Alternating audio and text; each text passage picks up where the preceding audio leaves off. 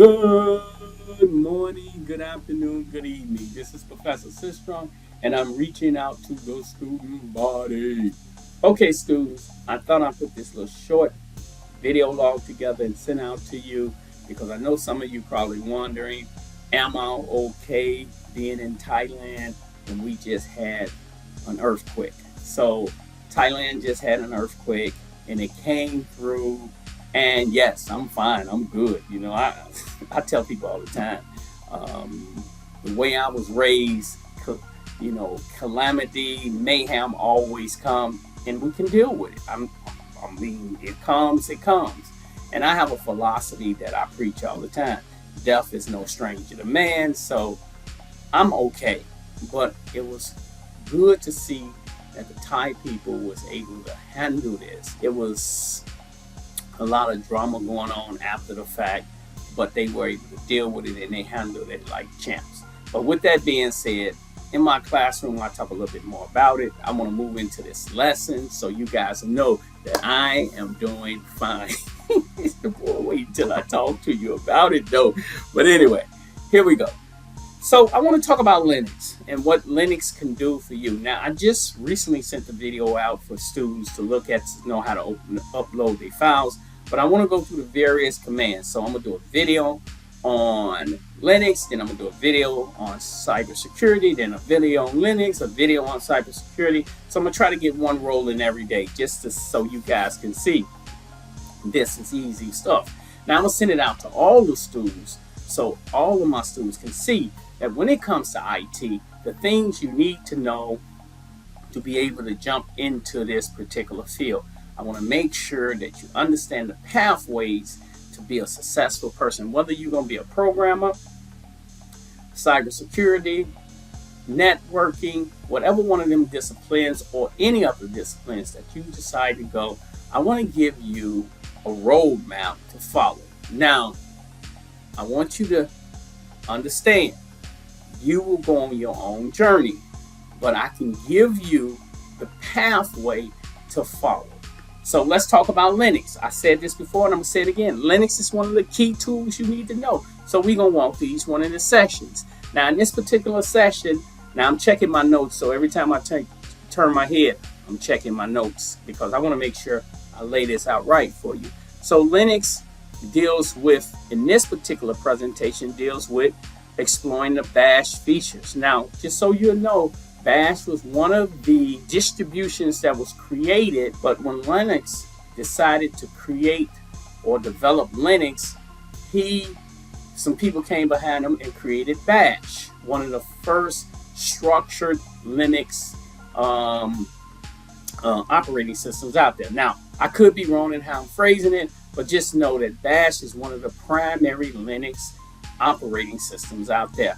And that's what a lot of you will be working with. You'll be working with bash in some form, whether it's built in Ubuntu or whatever. You'll be working with the bash operating system. Now, you're going to talk about the shell variables, how we use different commands to work with inside of Linux and be able to make use of quoting.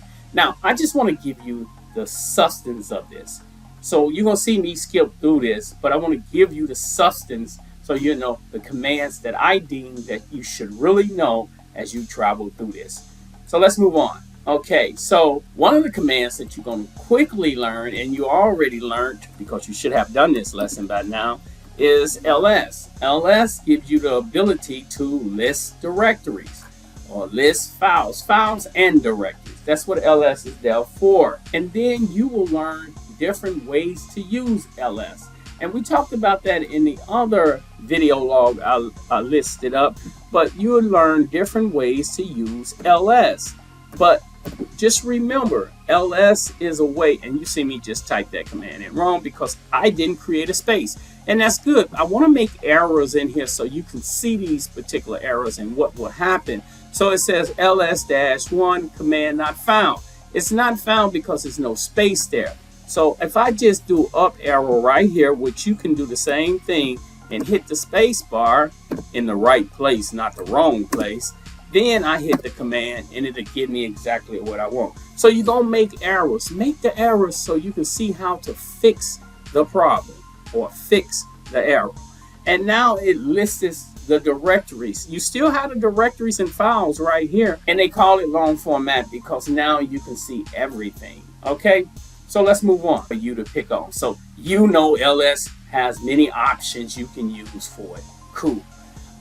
Who am I? Sometimes you're gonna have to come to a computer and somebody else may be working on it, and you want to know who is working on that particular system. By type who am I, it gives you an option to see who is on that system before you start typing information in there. Now, if you're a system administrator, you should at all times when you leave a system, lock the system out, because your credentials cover a vast amount of the network. You don't want to leave that on there. And you get a chance to use the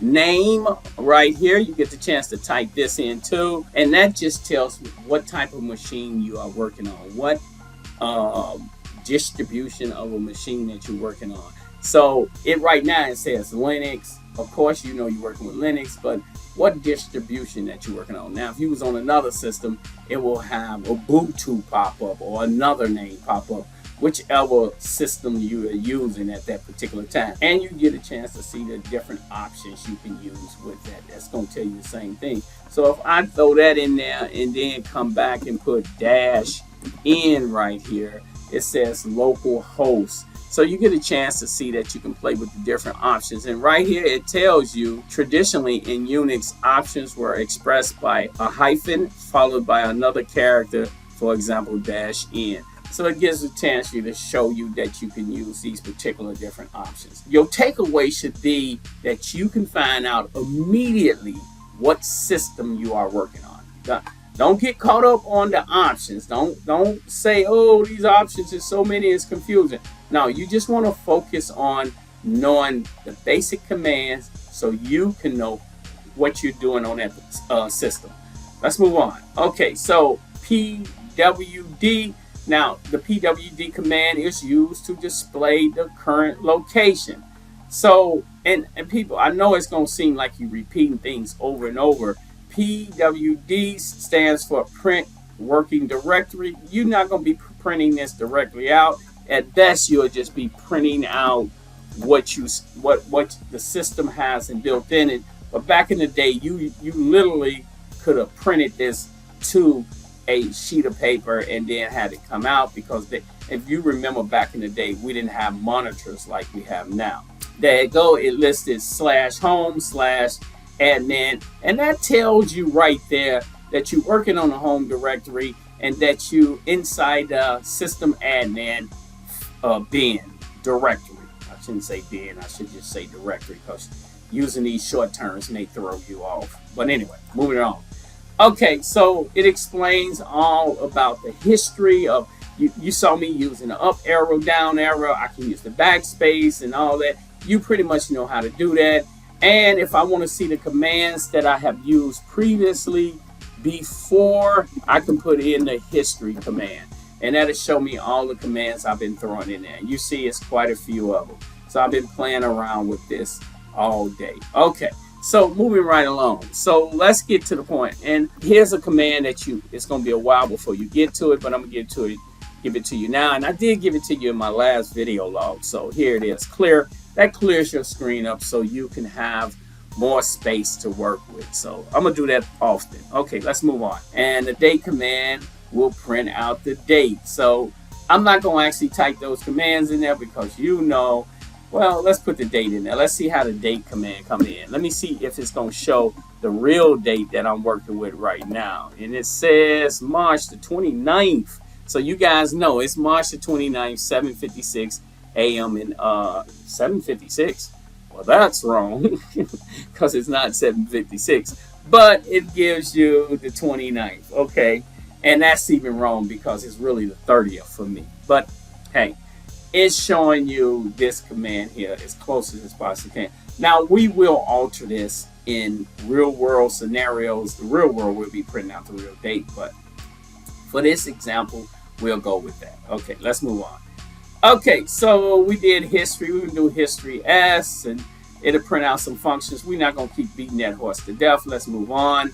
I can do not I, but apostrophe 9, and that will just get me to the 9th character that I typed in, whatever that is. I don't remember, but sometimes I know exactly when I type the character in, and then that'll produce it right there.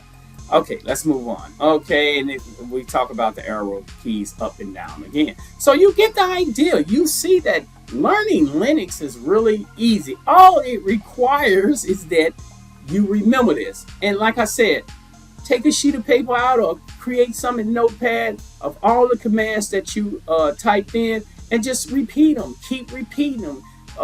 Hand to eye coordination, you'll remember it. That's all it is about Linux. Linux is nothing scary. We got a command called the echo command. Can be used to print text. So if I want to print some on the screen, and this is funny when you're working in an environment of Linux and you know a particular computer, we're not going to do that here, but you know a particular computer that your friend is working at, and you don't want your boss to know that y'all communicating with each other. You and that person can be having a conversation by using various commands in Linux. And I say, hello, student. Okay, so yeah, you can be talking and back and forth to that person, and y'all just using Linux. So it's really nice. It's something that will help you continue to get past the boring day, stuff like that. So that's why we use something like that. Okay, let's move on. This is another command where you can search the directory and find out a lot of different commands. Some of these commands you see me moving past, like the path command. I'm not going to go into the path command. It's good for you to read the path command because you need to know what command is in what directory. So what the path command is used for us is we want to know where a command is being used at. So what directory is it in, and so on and so forth. But you guys, right now, just read it, study it, but don't get caught off in it because you will learn this more and more as you proceed through the world of Linux. You may need to find out where this particular command is located in your file structure. But right now, it's good reading and good practice for you. The which date, it lets you know which bin it in. So you see /bin date. That's exactly what a file is. But you also got a command that can tell you how many files that particular command in. Some commands are in multiple files. Okay, so you got a command that can tell you that. The type command, type cd, it tells you what shell is built in. It says cd is a shell built in, meaning it came with the actual shell. All commands are not like that because if I type in a command to say vi, because I want to look at a particular, do some work in a particular directory or use a particular file or use a particular program, it may not be built in, it may be some I installed. So you want to know what built-in commands is. So you'll use the type command right here. Okay, and then we walk through various, which ls. Like I said, just learning where these commands are at. So don't get caught up if you don't know why you're doing what you're doing. What it's doing is teaching you how to use commands where you can find out these particular commands, where they're located at. Now, I'm going to be honest with you. As a beginner, this really doesn't matter to you. But when you get higher up into the administrating positions or the engineering positions, then you need to know where all these commands are at because you're going to be trying to find them to do certain things to them. Okay, that's pretty much it. Okay, and then you're going to learn about the alias commands. Aliases can be used to map longer commands to shorter key sequences. The same stuff we've been going over for a while. It's doing the same thing here with the alias command. Just finding out these particular commands are located at. Okay, so now the next thing we want to focus on, and this is where I'm going to end at because I don't want to make this video too long, executable commands. Executable means to have Linux execute a particular program that you may use or want to use, okay? Say you use something like Word, Excel, or something like that. You want to put in an executable to launch that command. In GUI, of course, we just click on the file, it opens it up. but here we can actually launch the commands. So right here you see if I type right here VI, it'll tell me that that's where it's located at. So then I go CD space / VIN, then it'll put me in the bin or the file structure where that particular command is. And then I can type in, so I want to go ahead and type in VLC. So I'm going to go type VLC, but it tells me it's not found there. So as soon as I find out that it's not there, I can go CD and be out of there, right? So let's go ahead and say CD. And now I go back to the regular username file structure. So when I want to launch a particular file, I can go in there, type VLC, bring up the file. So the whole thing behind executable commands is just to be able to launch your applications. That's pretty much it when it comes to this. I know I have a lot of other things in here that you may want, like using quotes and stuff like that. I want you to practice with them, try to get better at using them. And they just simple quotes. It's simple ways of setting up your commands to look at particular things. Like I can put these particular marks on the end of date and it'll print out the date for you. These are not something that's mission critical. I can put what we got here, $, and put it in brackets and it'll streamline it for you. I don't feel that we need to go through that right now. Maybe when we actually executing particular things, we can do that. But you can see that these particular commands are relatively simple to understand. I can do echo D. I didn't talk enough about the echo command, but as we proceed on, I'll talk about it. But I can do echo D, and it'll list all the files that have D in them. You know, just in case I don't know what the name of the particular file that I'm looking for. And then we got control strings here, true, false, and all that, you know, logical file stuff.